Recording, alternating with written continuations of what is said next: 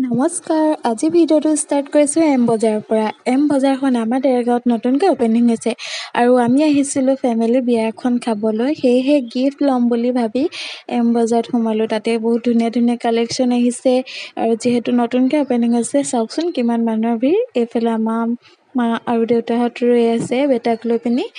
তাৰপিছত আমি সোমাই গ'লোঁ, তাতে গিফ্ট চিফ্ট ল'লোঁ। লৈ মেলি এয়া ওলাই আহিলোঁ। আহি বতৰটো অলপ গোমা গোমা হৈ আছে, যিহেতু বৰষুণ আহিব চাগে।